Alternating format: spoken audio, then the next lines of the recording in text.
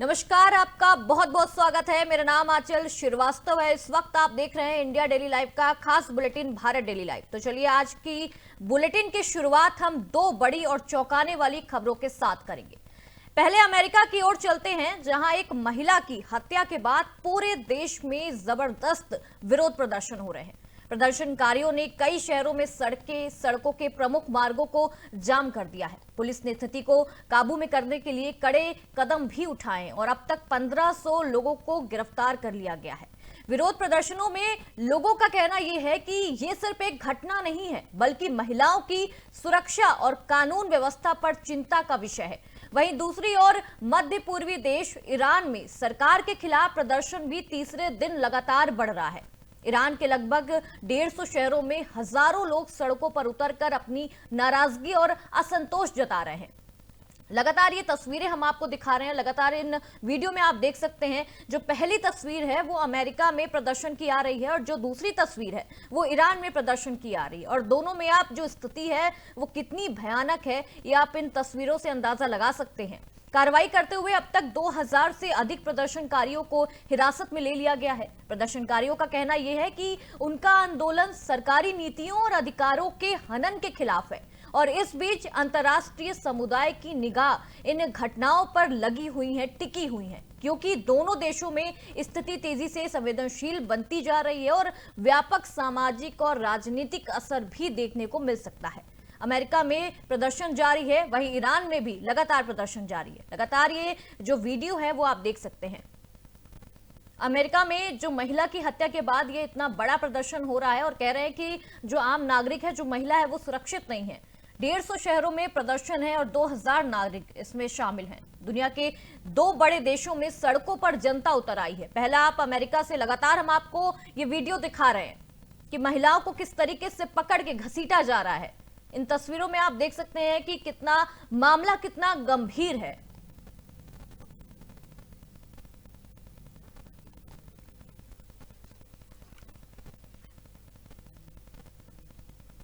अगली खबर दिल्ली से आ रही है। दिल्ली में तृणमूल कांग्रेस के सांसद डेरेक ओब्राहिम और महुआ मोइत्रा को केंद्रीय गृह मंत्री अमित शाह के कार्यालय के बाहर विरोध प्रदर्शन के दौरान पुलिस ने हिरासत में ले लिया है। दोनों सांसद केंद्र सरकार के खिलाफ प्रदर्शन कर रहे थे और अपनी मांगों को लेकर नारेबाजी कर रहे थे। प्रदर्शन के मद्देनजर गृह मंत्रालय के आसपास सुरक्षा भी बढ़ा दी गई है। जो सुरक्षा व्यवस्था है उसको और भी ज्यादा कड़ा कर दिया गया है। पुलिस ने स्थिति को नियंत्रित करने के लिए हस्तक्षेप किया है और जो प्रदर्शन कर रहे हैं टीएमसी सांसद, उसको हिरासत में ले लिया है। और इस कार्रवाई के बाद इलाके में कुछ देर के लिए हलचल रही, हालांकि बाद में हालात थोड़े काबू नजर आए।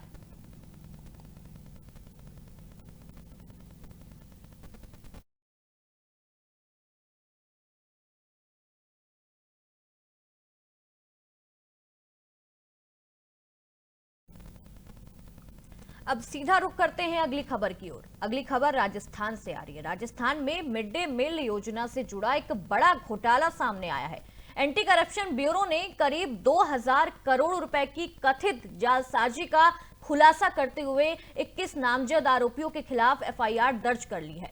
आरोप है कि कोरोना काल में जब स्कूल बंद थे, तब भी कागजों में बच्चों को मिड डे मील बांटने का दावा किया गया है और फर्जी बिलों के जरिए सरकारी खजाने को भारी नुकसान पहुंचाया गया है।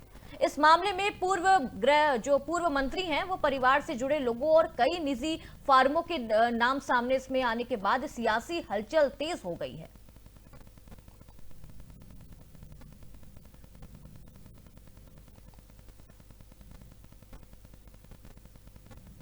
नेहरू विरासत और मौजूदा सियासत को लेकर कांग्रेस सांसद शशि थरूर का एक बड़ा बयान सामने आया है। केरल विधानसभा अंतर्राष्ट्रीय पुस्तक महोत्सव में शशि थरूर ने कहा कि वो जवाहरलाल नेहरू के प्रशंसक हैं, लेकिन अंधभक्त नहीं हैं। उन्होंने नेहरू को भारतीय लोकतंत्र की मजबूत नींव रखने वाला नेता बताया। साथ ही उनकी कुछ गलतियों को स्वीकार करने की बात कही है। थरूर ने बीजेपी पर निशाना साधते हुए कहा कि हर मुद्दे के लिए नेहरू को जिम्मेदार ठहराना अनुचित है और मौजूदा सरकार ने नेहरू को एक सुविधाजनक बलि का बकरा बना दिया है। ये बड़ा बयान शशि थरूर की तरफ से आया है।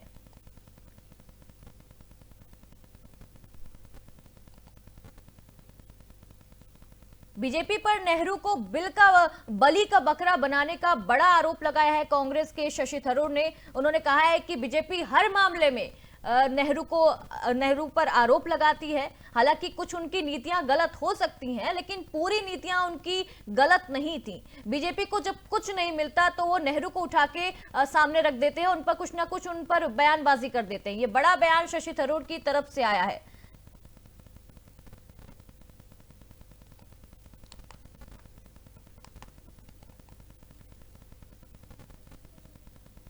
लैंड फॉर जॉब केस में राष्ट्रीय जनता दल प्रमुख लालू प्रसाद यादव और उनके परिवार की मुश्किलें बढ़ गई हैं। दिल्ली की राउस एवेन्यू कोर्ट ने इस मामले में लालू परिवार समेत 41 आरोपियों पर आरोप तय कर दिए हैं, जबकि 42 लोगों पर बरी किया गया, उनको 42 लोगों को बरी कर दिया गया है। कोर्ट ने अपने आदेश में कहा कि सरकारी नौकरियों को सौदेबाजी के हथियार के तौर पर इस्तेमाल कर अचल संपत्तियां हासिल करने की एक व्यापक साजिश रची गई थी।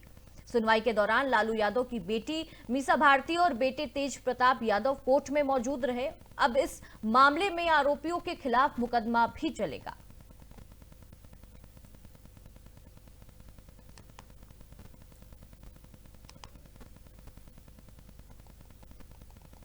अगली खबर दिल्ली से आ रही है। आवारा कुत्तों के बढ़ते खतरे को लेकर सुप्रीम कोर्ट में आज लगातार तीसरे दिन अहम सुनवाई हो रही है। 8 जनवरी को करीब 2.5 घंटे चली बहस के दौरान कोर्ट ने कुत्तों के व्यापार पर विस्तार से चर्चा की और एक अंग्रेजी अखबार में छपी रिपोर्ट का हवाला देते हुए सभी पक्षों को उस पर तैयारी कर आने को कहा। जस्टिस विक्रम नाथ की टिप्पणियों ने सुनवाई को और अहम बना दिया है। गौरतलब है कि इस मामले में पिछले 7 महीने में 6 बार सुनवाई हो चुकी है और सुप्रीम कोर्ट पहले ही स्कूल, अस्पतालों और अन्य सार्वजनिक स्थानों से आवारा कुत्तों को हटाकर तय शेल्टर में भेजने के निर्देश दे चुका है।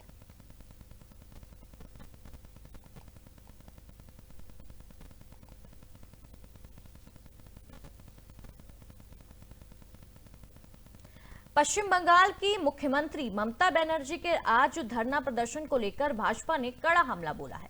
गड़ोगरा में पश्चिम बंगाल भाजपा अध्यक्ष और सांसद समीक भट्टाचार्य ने ममता बनर्जी के धरने को राजनीतिक नौटंकी बताया है। उन्होंने कहा कि ममता बनर्जी पहले भी इस तरह के धरना प्रदर्शन कर चुकी हैं और इससे उन्हें कोई राजनीतिक लाभ नहीं मिला है और ना ही मिलने वाला है। समीक भट्टाचार्य का दावा यह है कि पश्चिम बंगाल की जनता ने ममता बनर्जी को अपनाया है, परखा है और अब उन्हें छोड़ने का मन बना चुकी है। भाजपा नेता ने कहा कि आने वाले समय में राज्य की जनता इसका जवाब जरूर देगी।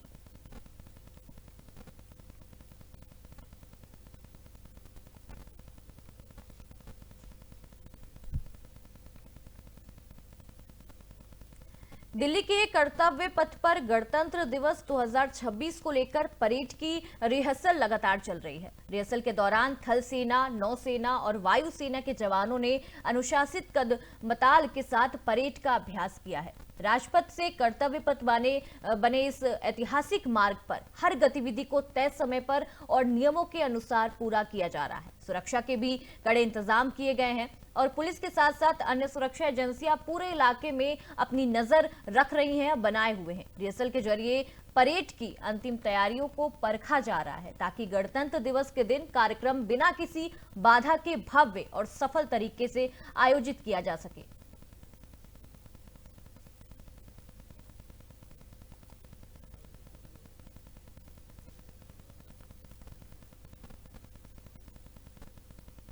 दिल्ली के तुर्कमान गेट इलाके में फैज़े इलाही मस्जिद के पास सुरक्षा व्यवस्था और भी ज्यादा कड़ी कर दी है, क्योंकि पिछले दिनों जैसा कि हम देख सकते थे किस तरीके से दंगा फसाद हो रहे थे। जो पुलिस वाले हैं, जो प्रशासन है, उन पर पत्थरबाजी भी की गई है और यहां 6 जनवरी को एमसीडी की ओर से जो अतिक्रमण हटाने की पूरी कार्रवाई की गई थी, इस दौरान पथराव भी हुए थे और इलाके में तनाव का जो माहौल है वो पूरा बना हुआ था।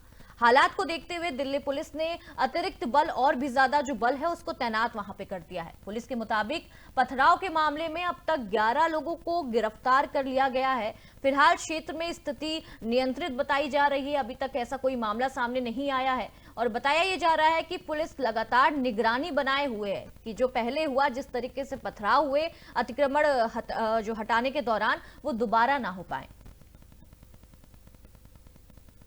लगातार हम आपको ये दिल्ली से तस्वीरें दिखा रहे हैं। सीडी कार्रवाई के बाद जो हालात हैं वो काबू पर हैं और हम आपको ये भी बता दें कि जो मस्जिद है वो पूरी तरह से सुरक्षित है। अतिक्रमण के दौरान मस्जिद को कुछ भी नहीं हुआ है। जो और भी उसके पास के जो क्षेत्र के एरिया थे उसमें अतिक्रमण हुआ था, जिसको हटा दिया गया है।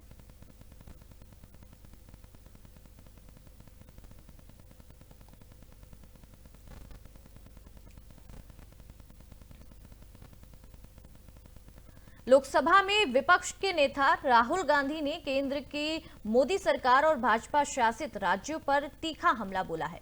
शुक्रवार को एक्स पोस्ट के जरिए कांग्रेस नेता ने यह आरोप लगाया है कि डबल इंजन सरकारों ने जनता की जिंदगी तबाह कर दी है और सत्ता के दुरुपयोग, भ्रष्टाचार और अहंकार का जहर हर जगह फैल चुका है। उन्होंने उत्तराखंड, उत्तर प्रदेश, इंदौर, गुजरात, हरियाणा और दिल्ली में हुई घटनाओं का हवाला देते हुए जनता के स्वास्थ्य, सुरक्षा, संसाधनों पर हो रहे लगातार संकटों पर सरकार को कटघरे में खड़ा कर दिया है। राहुल गांधी का यह कहना है कि मोदी सरकार का विकास सिर्फ अरबपतियों के लिए है, ना कि आम लोगों के लिए। यह बड़ा बयान राहुल गांधी की तरफ से आया है।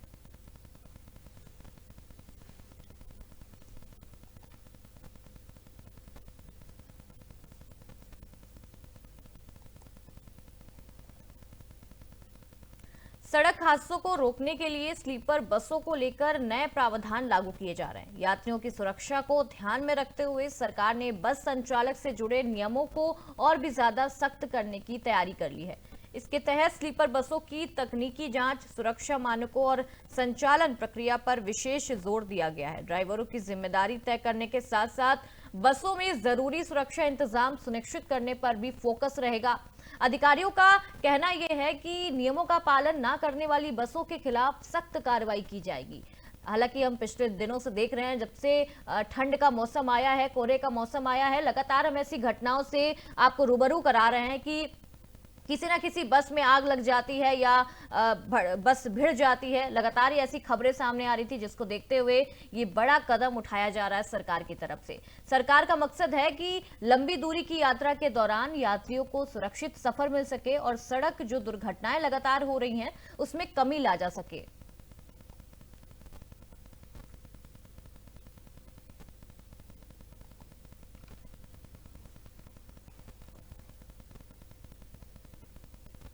अगली खबर उत्तराखंड से आ रही है। उत्तराखंड के मुख्यमंत्री पुष्कर सिंह धामी ने पर्यावरणिक चिपको आंदोलन के प्रणेता और पद्मा विभूषण के सम्मानित सुंदरलाल बहुगुणा की जयंती पर उन्हें श्रद्धांजलि अर्पित की है।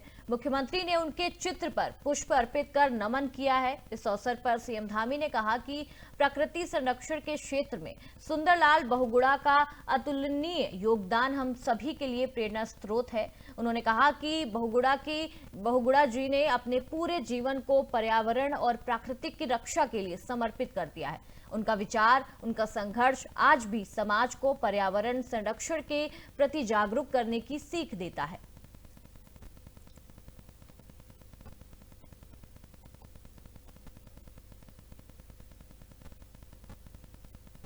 नई दिल्ली के अक्षरधाम इलाके से सामने आए दृश्यों में वायु प्रदूषण की गंभीर स्थिति साफ नजर आएगी।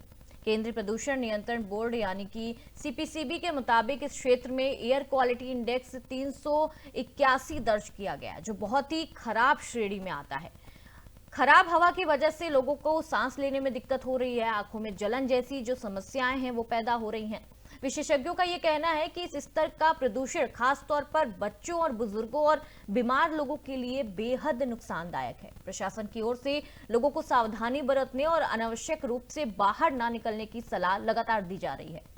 नई दिल्ली से अक्षरधाम से ये तस्वीरें सामने आ रही हैं, जहां जो एयर क्वालिटी इंडेक्स है वो बहुत ही खराब श्रेणी में माना जा रहा है और लगातार जो बुजुर्ग हैं, बच्चे हैं, उनसे ये कहा जा रहा है कि अगर उन्हें कोई आवश्यक काम नहीं है तो वो बाहर ना निकलें। अगर आप बाहर भी निकल रहे हैं तो मास्क पहन के निकलें।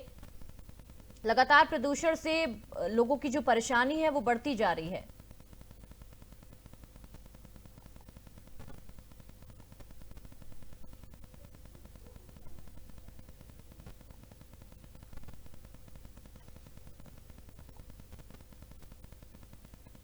दिल्ली सरकार में मंत्री प्रवेश वर्मा ने विधानसभा के शीतकालीन सत्र को लेकर विपक्ष पर गंभीर आरोप लगाए हैं। उन्होंने कहा कि 4 दिन के लिए बुलाए गए सत्र के दौरान विपक्ष ने लगातार सदन की कार्यवाही बाधित की है। मंत्री का ये कहना है कि सरकार स्वयं प्रदूषण पर चर्चा लाना चाहती थी और इसके बावजूद विपक्ष ने राज्यपाल के अभिभाषण को बाधित किया है। उन्होंने कहा कि संशोधित अनुमान पास न होने की स्थिति में दिल्ली के विकास कार्य ठप पड़ जाएंगे, लेकिन विपक्ष जानबूझकर सदन नहीं चलने देना चाहता। प्रवेश वर्मा ने यह भी आरोप लगाया है कि विपक्ष की नेता आतिशी दिल्ली में मौजूद होने के बावजूद सदन में नहीं आ रही हैं। ये बड़ा आरोप उनकी तरफ से लगाया जा रहा है।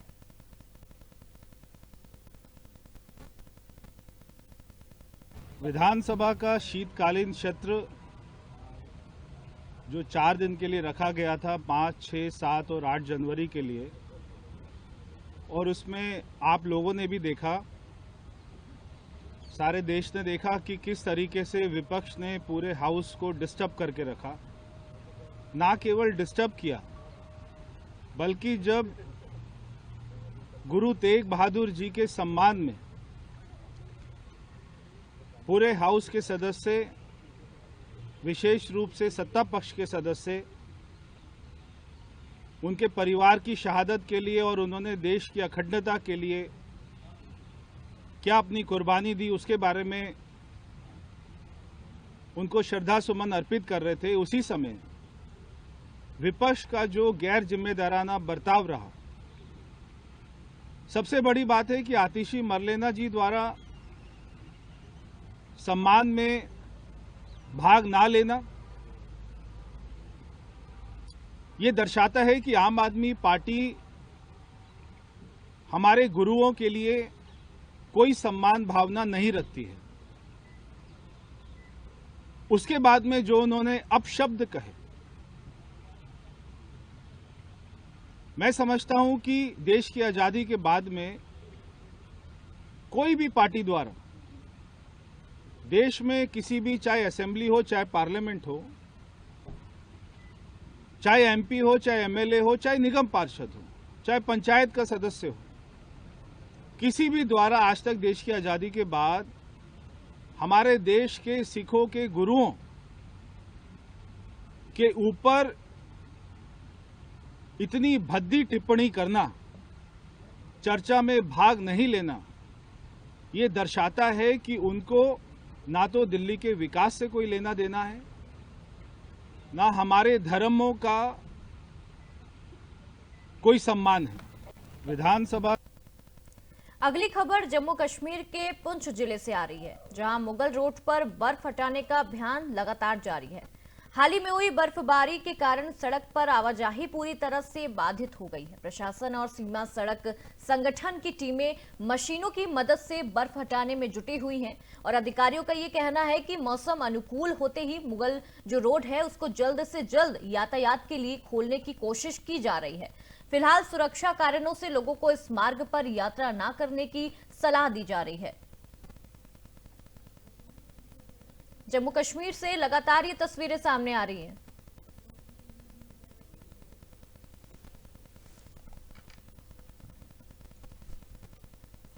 उत्तर प्रदेश के अलीगढ़ में शीतलहर का प्रकोप लगातार बना हुआ है। कड़ाके की ठंड के साथ घने कोहरे ने शहर की रफ्तार धीमी कर दी है। कोहरे के कारण सुबह के मौसम जो समय की दृश्यता काफी कम हो रही है, जिससे सड़कों पर वाहन चालकों को भारी परेशानी का सामना भी करना पड़ रहा है। कई जगहों पर वाहन रेंगते हुए नजर आए और लोगों को ऑफिस, स्कूल और रोजमर्रा के कामों के लिए निकलने में भी दिक्कत हो रही है। लगातार ये तस्वीरें हम अलीगढ़ से दिखा रहे हैं, उत्तर प्रदेश के अलीगढ़ से दिखा रहे हैं। इन तस्वीरों में आप देख सकते हैं कि कैसे लोग परेशान हो रहे हैं। आने जाने में दृश्यता बेहद कम है, जो विजिबिलिटी है वो बेहद कम है। ठंड से बचने के लिए लोग अलाव का भी सहारा ले रहे हैं और गर्म कपड़ों में लिपटे हुए नजर आ रहे हैं। मौसम विभाग के मुताबिक आने वाले कुछ दिनों में ठंड और कोहरे से राहत मिलने के आसार कम है और ऐसे में प्रशासन ने लोगों को सावधानी बरतने और जरूरी होने पर ही बाहर निकलने की सलाह दी है।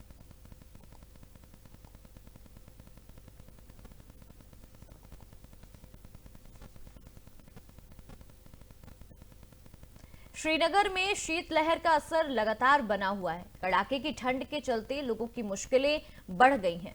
ठंड का जो सबसे ज्यादा असर सुबह और रात के समय देखने को मिल रहा है। ठंड जो डल झील है उसके आसपास ठंड का नजारा साफ नजर आ रहा है। मौसम विभाग के अनुसार आज श्रीनगर सिटी में न्यूनतम जो तापमान -2 डिग्री सेल्सियस रहने वाला है, यह अनुमान लगाया जा रहा है। ठंड बढ़ने से लोग घरों में रहने को मजबूर हैं और रोजमर्रा की जो गतिविधियां हैं वो भी प्रभावित हो रही हैं। लगातार ये खबर, ये तस्वीरें हम आपको श्रीनगर से दिखा रहे हैं। श्रीनगर में शीतलहर का प्रकोप है।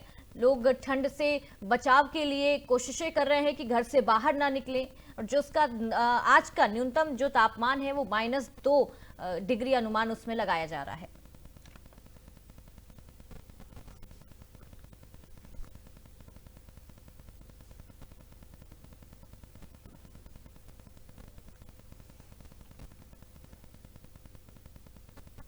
तो ये थी देश दुनिया की तमाम बड़ी खबरें। खबरों का सिलसिला यूं ही जारी रहेगा। आप देखते रहिए इंडिया डेली लाइव। नमस्कार।